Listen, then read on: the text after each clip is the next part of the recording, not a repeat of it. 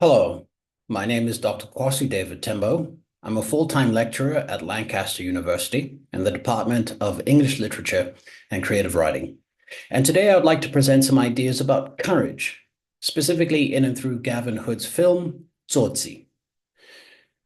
Can a thief be courageous? Is there some sense of daring, of courage, of resilience, of creativity and perspicuity in being a thief? How is it that thieves find themselves in socio-political, economic, cultural, and ecological milieus which require them to rely on nothing but courage, despite the ostensible moral irredeemability of their actions?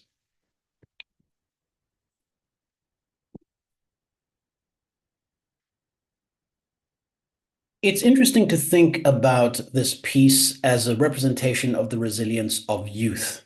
But before we even get to the idea of how it is that youthfulness, courage, and the socioeconomic status of being a thief cohere and elide and put each other in tension, we have to ask ourselves something about the organizing précis of the film. In this presentation, we'll be exploring the theme of courage. We'll do so using, as an organizational structure, Gavin Hood's 2005 film, Tsotsi, as its case study.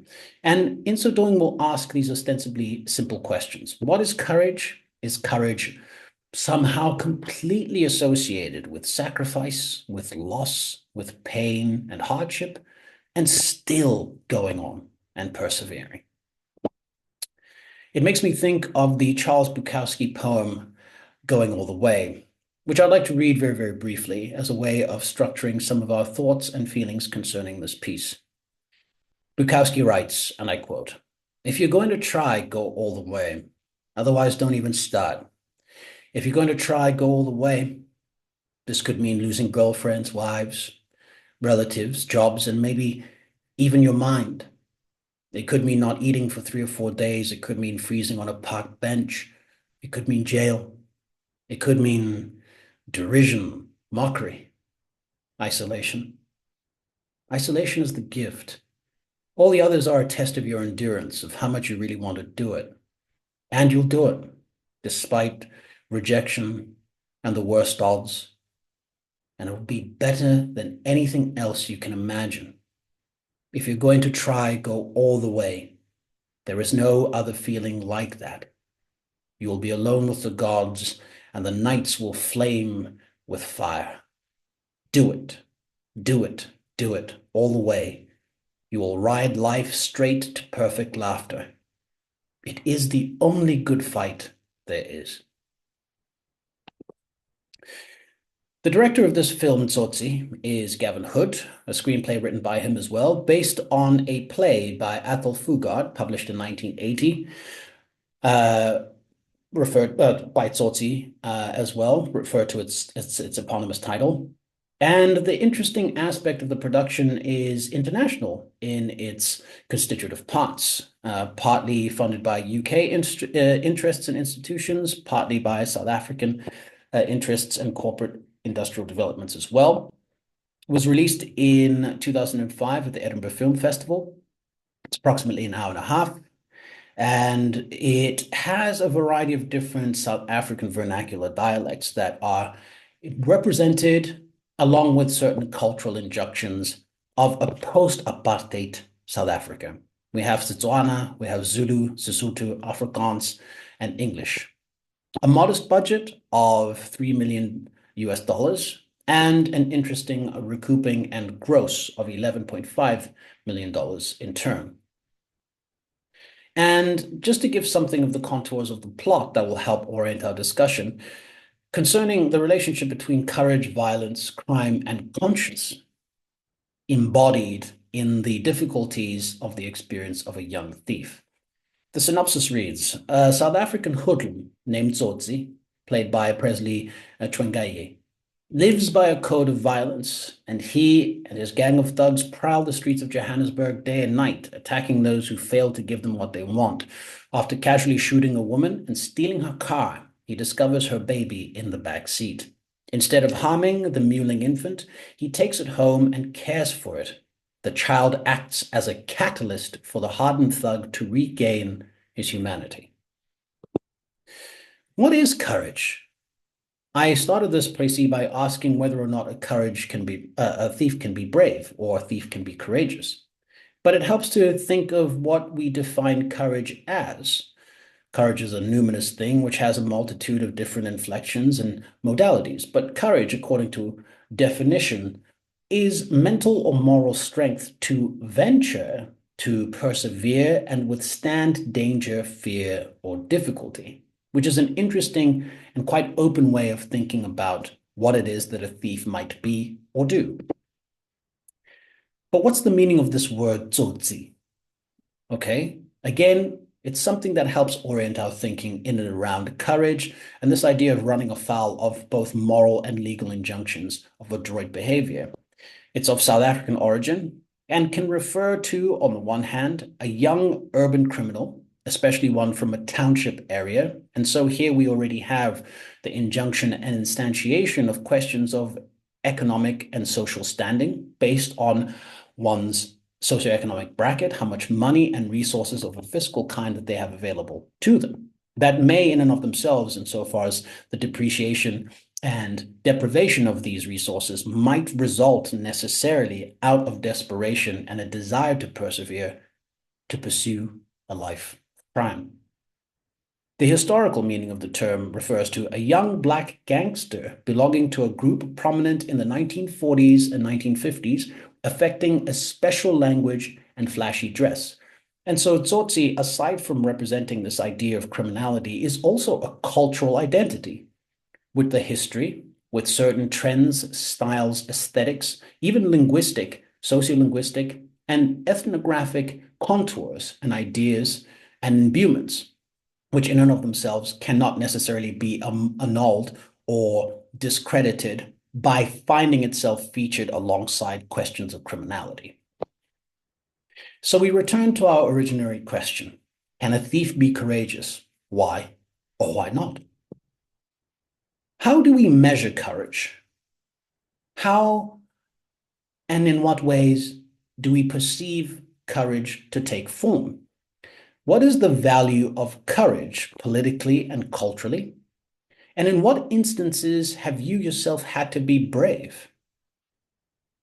Your thinking about courage may in self be inflected by questions such as, when did you need someone to be brave for you? Because maybe it's a difficult thing to assess when you yourself have been courageous or needed to rely on your own courage. But in situations when you found yourself on the downside of advantage and were relying on the courage of others, courage becomes perhaps more easy to define and delineate. Conversely, we can also ask, what does it mean to be a coward or to be craven, to be the ostensible opposite of courageous? What does courage say or mean in line with the themes that we've already explored thus far? How does courage line up with identity, with power, with culture, history, and resistance? We are talking about 1940s, 1950s South Africa, after all, apartheid regimes, totalitarian, ostensible regimes of ardent suppressive power. So how does courage play itself out in those spaces and along those lines of flight? In the film, we'll be looking at questions of content, setting and symbols, questions of change, and this moment of truth in the narrative in which Tsotsi himself finds this baby in this car. He's killed this infant's mother, accidentally, it should be said, but has to decide, make a fundamental decision that will inflect the shape of his life following this hijacking and the life of the child he finds in the backseat of the car that he is attempting to steal. Hood manages to illustrate a variety of socioeconomic contrasts in modern South Africa, its affluence and grinding poverty, its energy and optimism, alongside a variety of different questions of a sociopolitical, cultural, and ecological kind that have resonances in these four commons of contemporary society in South Africa. Questions of disease, questions of addiction, questions of crime, questions of youth displacement, of domestic abuse, of intergenerational trauma, and obviously the legacies of apartheid. that blight so many lives, both at the time of this film's release and still in contemporary Southern Africa. So, why is this story unique? And why would one give a presentation about it in conjunction with courage? It's very interesting to note that in an interview, Hood pointed out that Tsotsi's story is far more than just a South African tale, despite being vehicled in this way.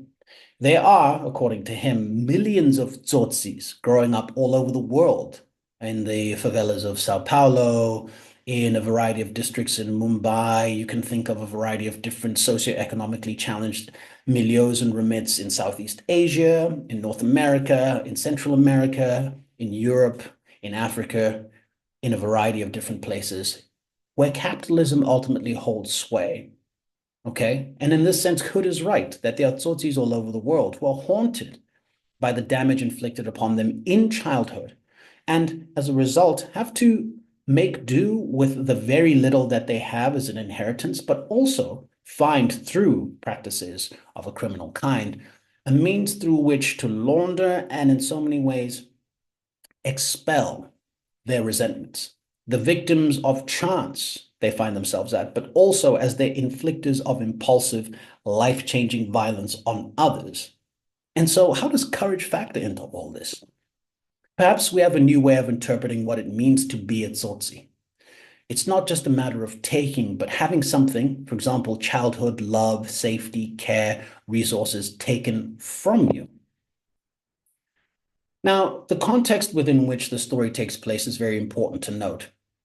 Over half the population at the time, and metrics and socioeconomic data available at the time, indicated that half the population, certainly over half the population, lived below the poverty line, many on just $1 a day. A quarter of the population was unemployed. More than a fifth, that's 21% of the adult population, was infected with HIV and AIDS. And thousands of children grow up as a result of those particular situations and circumstances, orphaned due to the premature deaths of their parents.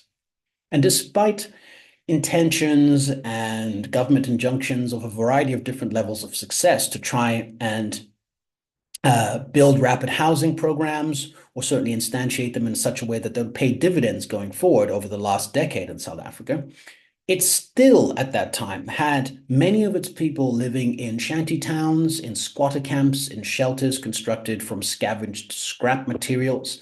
It had to rely on a sense of perseverance, of courage, of resilience, creativity in order to make do with very little. Crime, speaking of which, obviously our protagonist here is a criminal. Violent crime specifically, though even at that time was falling, still cost the lives of over 20,000 people a year, and specifically armed robbery, carjacking, rape, and aggravated burglary were and still are in a variety of different places and circumstances in contemporary South Africa and in Johannesburg in particular, the stuff of everyday anecdote. And so having looked at apartheid in and along Sarafina, as a lot of people do when considering Tsotsi, okay, and thinking about how it is that the youth are represented in these two pictures, specifically during apartheid, during its regime, and after, we know that much of this is the direct result of socioeconomic, political, and cultural upheavals that took place during the apartheid regime. And so this piece, in so many ways, is considering the ramifications of legacies of colonialism. The implication here is that living in such a context necessarily requires some basic sense of courage, whether or not you choose to accept it in moral terms or not. So the evidence of poverty and affluence in the piece is embodied both in the symbols that we find framed in Hood's setting, but also in the setting itself. We consider the logo on Pumla Dube's shopping bag, the victim of his armed robbery, that Tsotsi steals to carry the baby off in. It says on the side, emblazoned of the bag, "Expect more," which is an interesting gesture as a part of the mise en scène.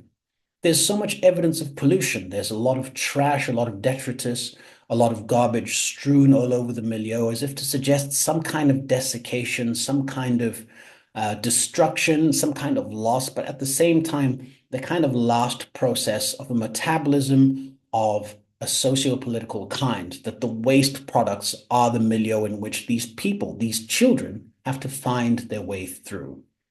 We also see evidence that South Africa's capital, Johannesburg, in the film, and its townships are lively, energetic, bustling places, as if to suggest that despite this ostensible, seemingly post-apocalyptic précis and figuration and aesthetic, there is still a large degree of life, creativity, energy, and commerce taking place within these spaces.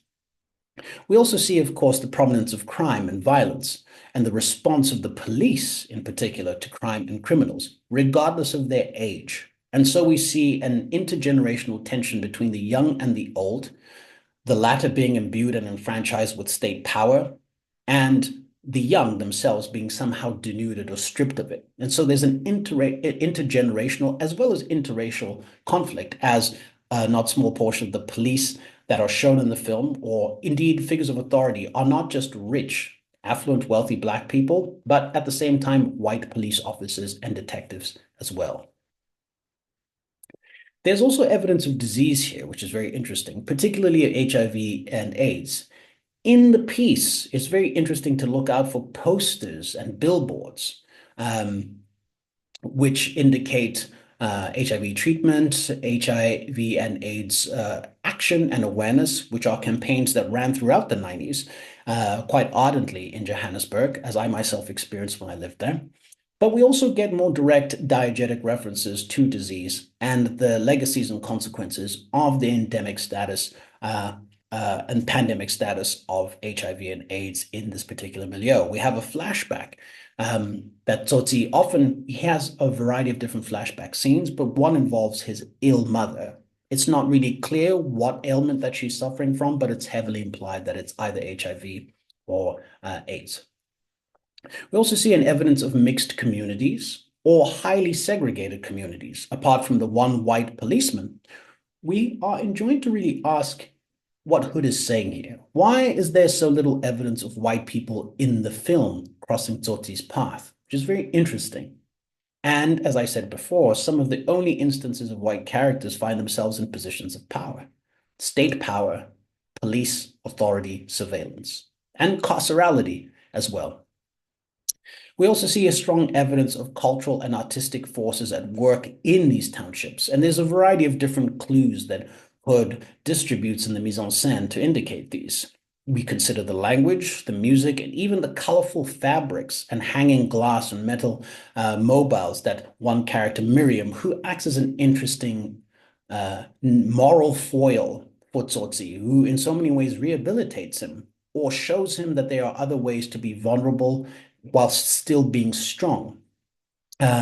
These hang in her home and help her make ends meet. So the way in which art is reflected, the way in which creativity using found materials, most of which have been jettisoned to the scrap heap, can be redeployed, reconstituted through brave, courageous, artistic enterprise and recuperation to be made into something positive. So this milieu, the scenario, the setting, is one that is already so beset with danger that courage may not be optional. It's really interesting to ask yourself as you watch this particular film whether you agree or disagree. In stories concerning courage or change in some way, as it is in life, oftentimes something significant happens that changes things for the hero or protagonist or the individual forever. It can be very subtle and quiet, or loud and obvious. In the film, the most obvious such agent or catalyst for change is the baby. The baby in and of itself symbolizes a moment of truth. However, perhaps there are some other more crucial moments in Tsotsi's story that are just as pivotal, just as life-changing. The question we should ask ourselves as we watch and as we consider them, and the questions precipitated by the film more generally, is how does courage play into meeting these moments? So let's consider the following. Tsotsi's decision to steal the baby has momentous consequences for him. On the surface of it, it appears to be a highly irrational action. How would a youth 16 or less make the decision to not only enter into a life of crime, exert and inflict violence. We do see an early scene involving a train robbery wherein which Tsotsi and some of his Confederates end up killing a man. He accidentally kills the mother of the baby that he ends up taking charge of. But violence is very much a part of his world and his life, and it's something that he relies upon in order to secure himself, ostensibly, to protect himself for further violences that he experiences in this cultural milieu. So, to then do of the seemingly irrational thing of setting violence aside and replacing it by care or with care seems to be within the frame of his own life a very irrational action. However, symbolically, a lot is happening here. In fact, his entire story pivots on the moment he decides to go back to Pumla Dube's car and take the child. If this is a moment of truth, how does courage factor into the consequences of this decision? Let's consider a few before we conclude. It helps him recover an identity beyond that of being a Tsotsi, the slang for a youth criminal. We also see the importance of Tsotsi giving the boy his own name, David, up to and including this point, which is the fulcrum, the volta of the piece. We don't really know anything beyond David, Tsotsi, aside from the fact that he's the leader of a youthful gang of ostensible delinquents. But in imbuing and giving this child, this ward, his own name, something redemptive and recuperative is taking place. Tsotsi makes himself infinitely more vulnerable by stealing the baby. It transforms him from being a nobody, to quote Captain Schmidt, who's one of the white characters, cop, detective, who's dispatched and to investigate and to bring him to justice for murders and crimes of a variety of different types that are associated to him or linked to him. And so he becomes not just a thief, but he also becomes a provider, a caregiver, somebody who's necessarily giving as opposed to taking in and through criminality. It changes his entire life and his description and his characterization as such. It also puts him apart from his community. He has overstepped a limit wherein which crime, violence, suspicion, guilefulness, subterfuge, betrayal are the general commerce of that particular space, whereas vulnerability, care, and giving seemingly are at loggerheads with it.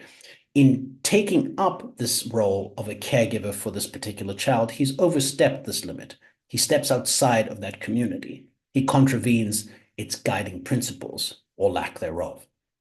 It also emphasizes that Tsotsi is little more than a child himself, how ill-equipped and inept he is at, for example, changing the child's diaper, for feeding the child, for understanding what the basic needs of a child are.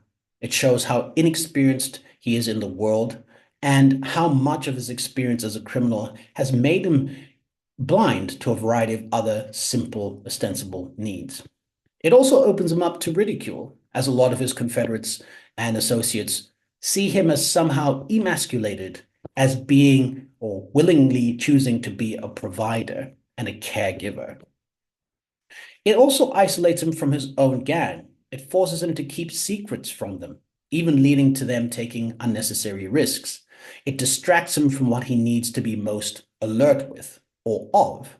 So he has something that he cares for that is different or contradistinction with what it is that he typically cares for: violence, crime, the score, and victims. He has now something that is in complete distinction to that.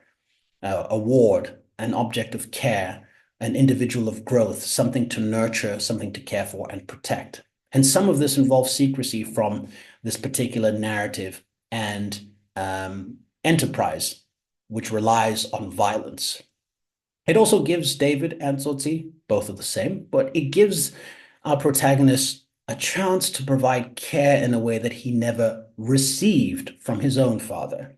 There are many flashback sequences to show that a not small portion of what it is that caused his truancy, that caused his status as an unhoused individual, that caused his life of criminality, is the lack of love, vulnerability, support that he received from his alcoholic father, and unfortunately couldn't be imbued to him by his sick and dying mother. And so he has a chance to recoup, reconstitute, and provide something that he himself never received. It also forces David to trust others and ask rather than demand or terrorize them into giving him help. And this is where Miriam comes into play as an interesting foil of somebody who's willing to help and redeem, but has to, in so many ways, demand that he eschew, that he forgets, that he oversteps the limits of his life of demand, of crime, and of violence in order to show that nurture and care are just as strong, if not stronger, than those forces. It also ups the audience's interest in Tsotsi, suggesting that he has hidden depths, that he's not just a two-dimensional criminal. And finally, it also ups the audience's interest by introducing an added level of anxiety to the story, knowing full well that this vulnerable core, not just in David himself, but in his decision to take care of the child, puts him and the child at risk. What we have in Gavin Hood's piece is a really interesting take on courage. It really questions how it is that disenfranchised youths in the world, but particularly in South Africa, have to make do with very little resources, the nature of their courage, and how courage as a more numinous idea, denuded or extracted from its typically ostensible moral valuations, can be made to work in different situations and circumstances. How is it that we survive, and how much is our survival dependent on our courage? I highly enjoin you to watch Gavin Hood's film if you have not, and I hope you've enjoyed this presentation and found some interest in it. Thank you.